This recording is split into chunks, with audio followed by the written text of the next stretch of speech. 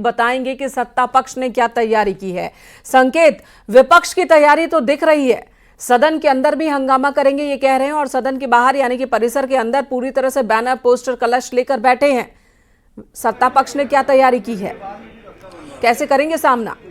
बिल्कुल जाहिर सी बात है कि बिल्कुल आज से उत्तर प्रदेश विधानसभा का सत्र की शुरुआत हो रही है और मुख्यमंत्री योगी आदित्यनाथ कुछ देर में ही पहुंच रहे हैं और वो 10:30 बजे मीडिया को संबोधित करेंगे। हम जहां पर हैं यहीं पर अभी मुख्यमंत्री योगी आदित्यनाथ कुछ देर में आएंगे और मीडिया को संबोधित करेंगे। ये 8 नंबर गेट है और जाहिर सी बात है कि जहां एक तरफ विपक्ष प्रदर्शन के और हंगामे के आसार हैं और विपक्ष लगातार इस बात को कह रहा है, तो ऐसे में सत्ता पक्ष भी पूरी तैयारी कर चुका है और जो भी विपक्ष के सवाल होंगे उसके जवाब दिए जाएंगे। चाहे वो सदन में जो सवाल उठाएंगे विपक्ष के लोग, सत्ता पक्ष के लोग उसका जवाब देंगे। और आज की जो कार्रवाई है वो सबसे पहले 10:30 बजे मुख्यमंत्री योगी आदित्यनाथ पहुंचेंगे, मीडिया को संबोधित करेंगे और उसके बाद 11 बजे राज्यपाल का अभिभाषण है और राज्यपाल के अभिभाषण के बाद में जो नियम और ये कार्यवाही है, ये परंपरा है। बजट सत्र की शुरुआत होती है, जब इस सेशन की शुरुआत होती है तो राज्यपाल दोनों सदनों को संबोधित करती हैं। लखनऊ से ही अलाउद्दीन हमारे साथ मौजूद है। अलाउद्दीन, आपके पास आती हूं, क्या ये परंपरा शांतिपूर्ण तरीके से निभ पाएगी? क्या राज्यपाल अपना अभिभाषण दे पाएंगी या विपक्ष की तैयारी है कि अभिभाषण भी नहीं होने दिया जाएगा, उससे पहले ही हंगामा शुरू कर दिया जाएगा?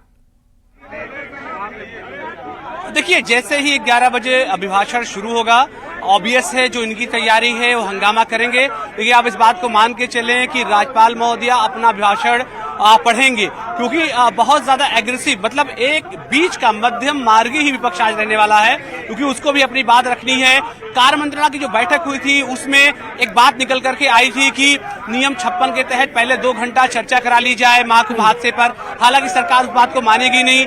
शुरुआती 10-15 मिनट हंगामा जरूर होगा, लेकिन विपक्ष भी इस बात को जान रहा है कि जब सदन चलेगा तभी उन्हीं की बात निकल करके आएगी।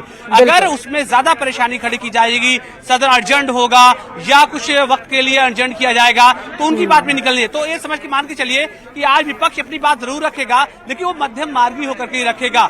और वो जरूरी भी है अलाउद्दीन, क्योंकि जो सदन है वो सदन है जनता के काम को पूरा करने के लिए, कोई कानून बनाने के लिए, विकास कार्यों को बल देने के लिए, फैसला लेने के लिए।